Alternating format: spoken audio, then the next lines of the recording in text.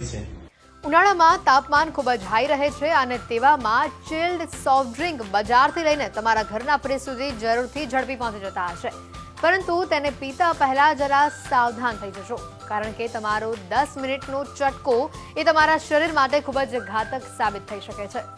એક સ્ટડી અનુસાર આ સોફ્ટ ડ્રિંક શરીર માટે ખૂબ જ નુકસાનકારક છે। 350 ml નું એક કેન જો તમે 10 મિનિટમાં ખતમ કરો છો તો તમારા શરીરમાં તમે 10 ચમચી ખાંડ ઉમેરો છો, જ્યારે વર્લ્ડ હેલ્થ ઓર્ગેનાઇઝેશનના જણાવ્યા અનુસાર બોડીને આખા દિવસમાં ફક્ત 6 ચમચી શુગરની જરૂર હોય છે। સોફ્ટ ડ્રિંક પીવાના 20 મિનિટ બાદ તમારા શરીરમાં શુગર લેવલ ઝડપી વધવાનું કામ કરે છે।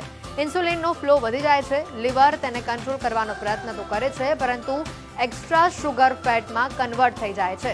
કોલ્ડ ડ્રિંક પીવાના 40 મિનિટ બાદ શરીરમાં કેફીનની સૌથી વધુ અસર જોવા મળે છે અને વધુ પડતું સોફ્ટ ડ્રિંક પીવાથી તમારી આંખોની કીકી પણ ફેલ થઈ શકે છે, સાથે બીપી પણ વધી જાય છે।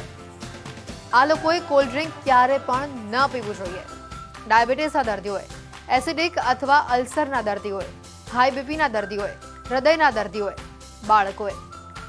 અમેરિકન હાર્ટ એસોસિએશનના જણાવ્યા અનુસાર કોલ્ડ ડ્રિંકને ગંભીર બીમારીઓ સાથે જોડવામાં આવે છે। તેનાથી ફક્ત જાડાપણું જ નહીં, પરંતુ લીવર, કિડની પર પણ ખરાબ અસર પહોંચે છે। સ્ટ્રોક અને ડિમેન્શિયાનો પણ ખતરો વધી જાય છે। હાર્વર્ડ યુનિવર્સિટીના એક સ્ટડી અનુસાર કોલ્ડ ડ્રિંકથી દર વર્ષે લગભગ 2.5 લાખ લોકોના મોત થઈ રહ્યા છે। વધુ કોલ્ડ ડ્રિંક પીવાથી થતી સમસ્યા: શુગર વધવી, વજન વધવું, દાંત ખરાબ થવા, હાડકાં નબળા પડવા, હૃદયની બીમારીઓ। કોલ્ડ ડ્રિંકના વધારે પડતા સેવનથી શરીરમાં એક્સ્ટ્રા શુગર જાય છે અને આર્ટિફિશિયલ સ્વીટનર જાય છે। એક્સ્ટ્રા શુગર શરીરમાં જવાથી ડાયાબિટીસ, ઓબેસિટી, હાર્ટ એટેક, ઘણા લોકોને ડિપ્રેશન, યાદશક્તિ ઓછી થવી જેવા પ્રોબ્લેમ થઈ શકે છે। વધારે પડતા કોલ્ડ ડ્રિંક લીવરને નુકસાન કરી શકે છે। જે લોકો રેગ્યુલર કોલ્ડ ડ્રિંકનું લાંબા સમયથી સેવન કરતા હોય તે લોકોને લીવરમાં સિરોસિસ થઈ શકતું હોય છે। હાડકાં તેનાથી નબળા થઈ જતા હોય છે। નાના બાળકો અને મોટી ઉંમરના લોકોમાં જો કોલ્ડ ડ્રિંકનું વધારે સેવન કરવામાં આવે તો દાંતોની ખરાબી થઈ શકતી હોય છે।